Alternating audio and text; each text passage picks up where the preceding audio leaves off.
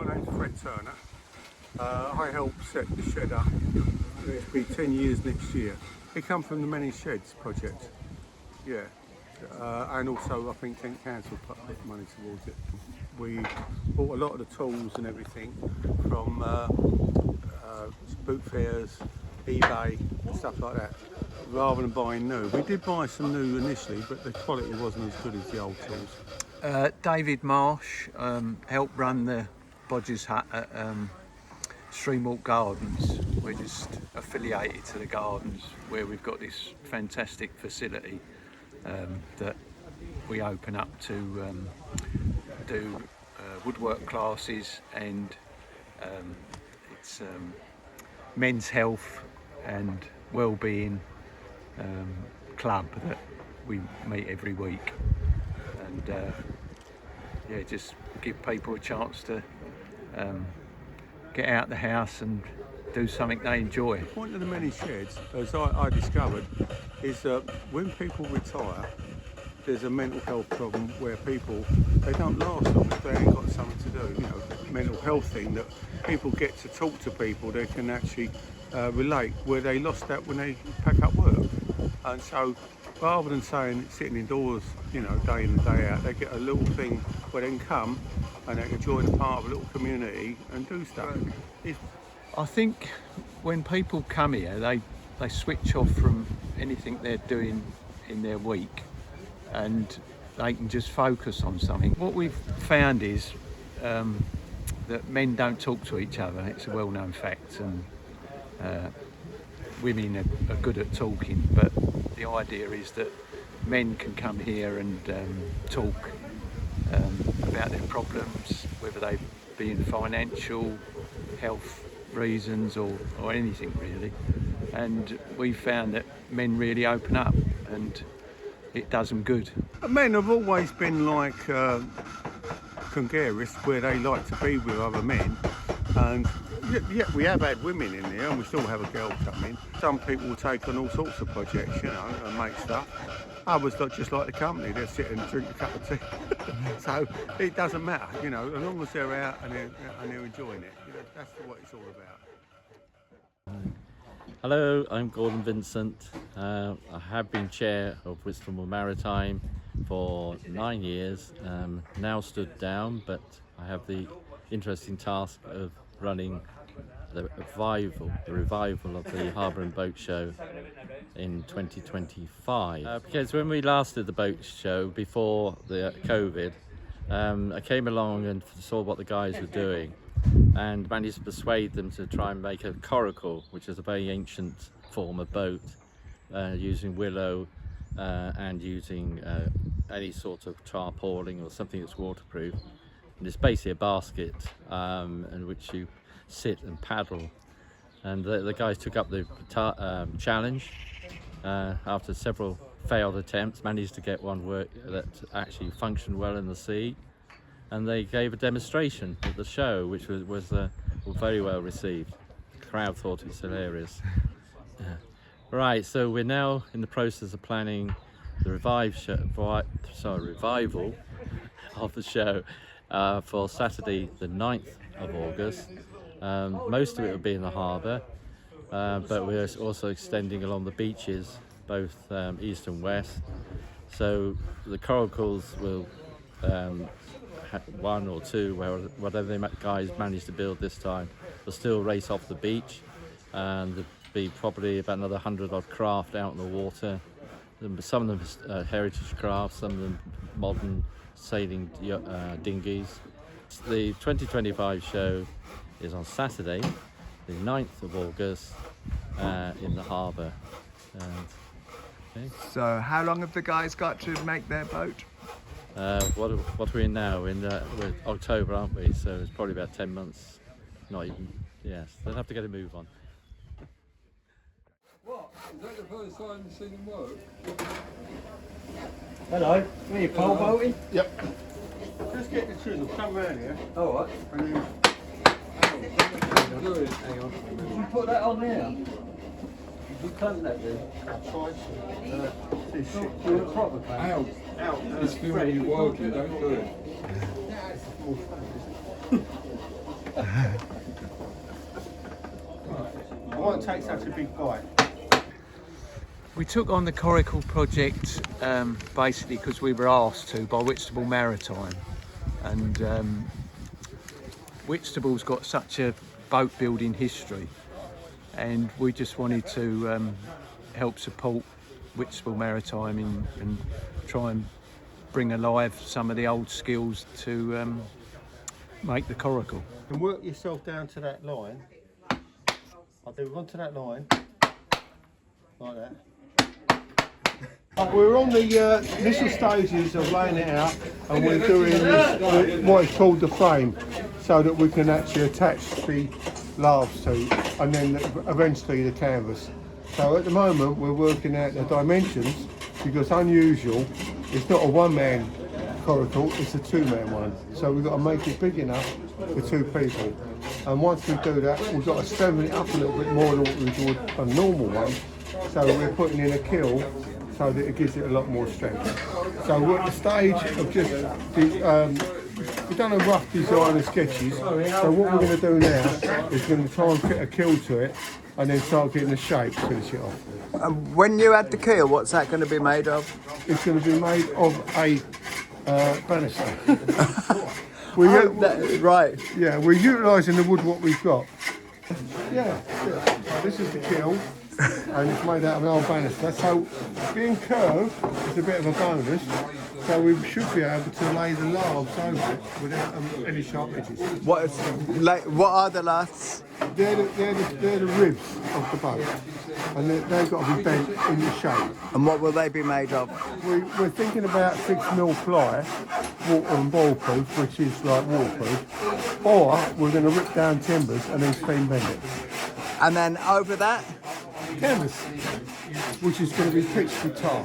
Really? Or roofing stuff. And what are you most worried about with this? Sinking.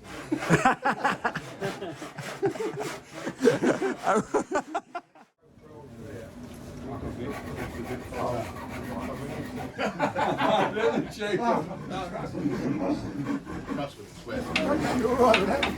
Yeah.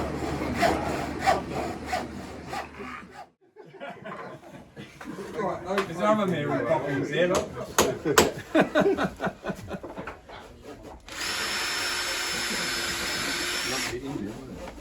That should be enough, shouldn't it? I'm over-engineering it. You want to turn the hole in the other one? Yeah.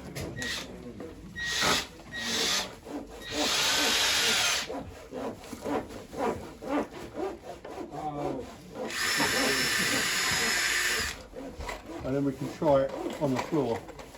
Yeah. Right. So then we've just got to get one in there and balance it round. Right.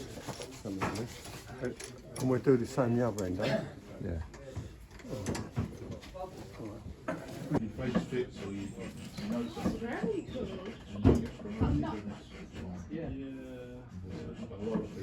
I'm in Liverpool, Manchester United and Marseille, and also they played for England. He was there with him, but he just because it was. Yeah. You don't have to get more water to the tea. We're soaking the wood to heat it up to form it over the jig to get the right shape of the hole going round the coracle.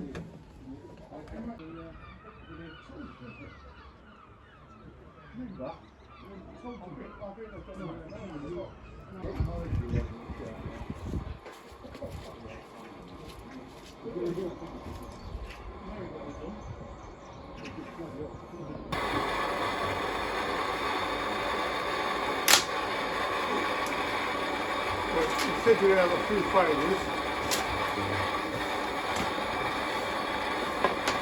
Let's just try this bit.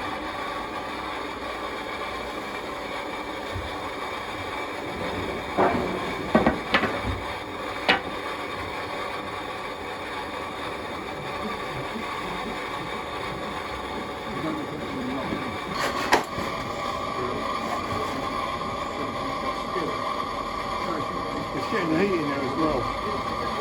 Yeah. It took a bit to get it warmed up first.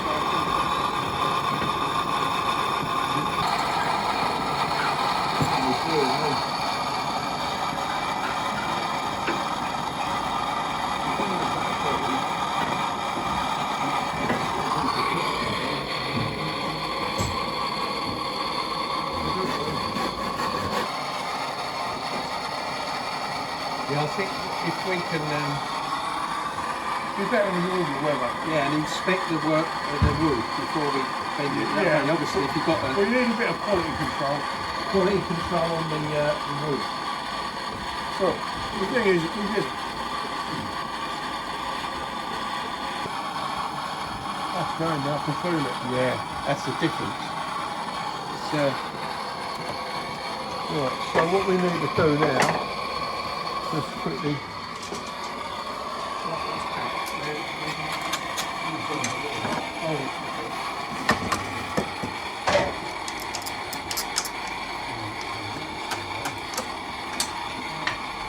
I think we've got to be quicker than Ryan.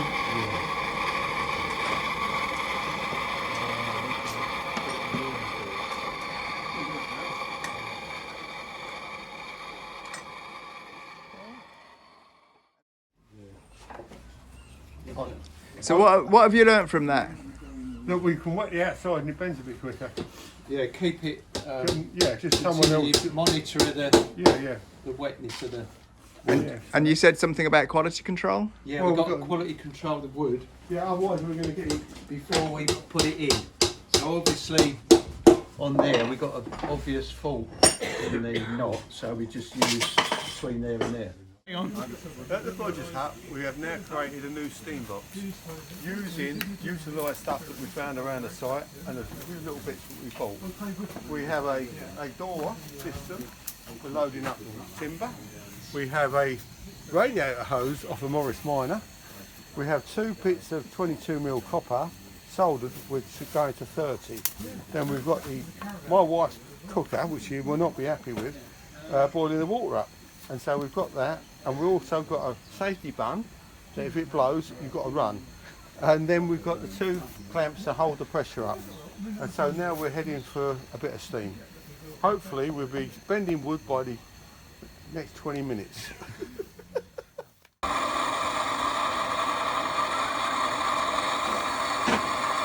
Moving, Dave, just keep it. Yeah, it might, I think otherwise you end up with like a bit of a curve on it. Come on now. That's it. That ain't solid, is it? Oh.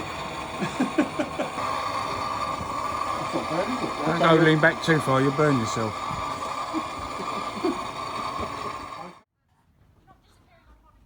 This is the latest stage of the coracle, preparing the gunnel. So what we've done on Thursday was put 2 layers of wood round the gunnel with a fiberglass in between, and then glued it together to strengthen it and secured it with brass screws and copper nails. Next stage is to do the ribs, the sternum bow ribs, and then all through the middle. It's nice to see now the actual shape of the gunnels finished. The piece in the middle support, that will obviously come out at some stage to free up the inside. Right, we're starting to put the ribs on from the hole round to the gunnels. Using a slightly different material this time, plywood, bending easier. Can always Taking shape there. Hang on, keep the ass shot. I'll throw in. pull that out, I'll stay. We're now on the putting the calico on the coracle. Yeah, don't staple Steve's stomach to the boat. Yeah, I won't be able to. Ready? Yeah. Fingers. Fingers. That's it. Fingers stuck. You don't get blood on it. Now on the last stage of the coracle, putting the bitumen paint on over the calico. This needs at least 3 coats to make it waterproof. Yeah, hopefully I can The coracle is now nearing completion. It's had 2 coats of bitumen paint over the calico, and the trim just fitting round the outside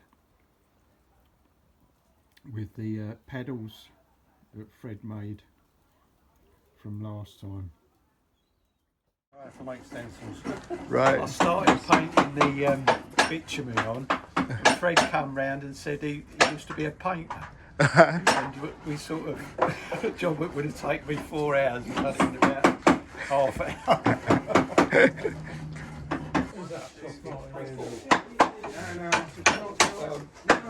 No, leave it alone.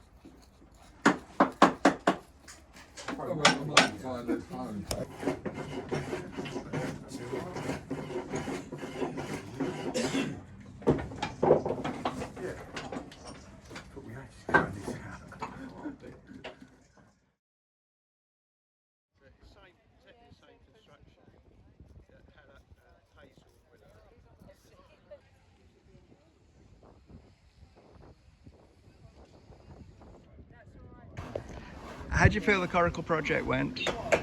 It was quite successful. Everyone got involved. Steve, who was good at riveting, he riveted a lot of it. And the others come and had a little play. Tony made the bow and stern boards, and a couple of others just all participated. But Mel come and stitched it all together, the canvas. Actually made a lovely job of it. So that was a team effort with everyone involved. What do you think you personally got out of this project? Working with other people here, yeah, I really enjoyed the deadlines and the process of getting everything every week, having the right tools and materials to do that job for the particular week, what we were doing. But it's been interesting, you know. I've watched so much YouTube on coracle building. I think I've watched every episode. Mainly at the end, we had to put in a bit of overtime, so it did encroach weekends and extra days just to get the job done. Yeah, my wife as well, she was a bit under pressure about it took over my life a bit at the end. I think on the balance, the boat works really well. The only thing I would alter on it, I'd probably lower the seats a little bit. I'd take a couple of inches lower to give a better centre of gravity. But that can be done any time. But that's what, because we had a few little fall-ins in the water, so I don't think it was the boat, it was the wave. The conditions on the day were challenging. Like it was a little bit wavy on the day and a little bit onshore breeze, which no, it was challenging, but it was successful in my eyes anyway. And we used a lot of the old timber that was lying into the what had been donated, which was maybe a mistake. If we could have used better timber, it would have been much easier. We'd have had less breakages and less frustration with trying to put it together. The success was mainly with the steamer that we got it finished, but we used a technique where we plied it. Because the wood was not very good, we put a fiberglass scrim from what plasters use in between the two timbers to strengthen it. And so that was what the main frame was built out of. That gave it all its structural strength. My grandfather and my father worked in the shipping industry. My grandfather worked on iron boats up in London in the ironworks, and he was a riveter, and my dad was a ship repairer in Blackwall Yard. So I really felt an affiliation and closeness to them. So yeah, I really enjoyed it. But I think in the whole, the many sheds is a good project. You know, I support it wholeheartedly. You know, I do enjoy coming round and helping out. You know, so that's about it.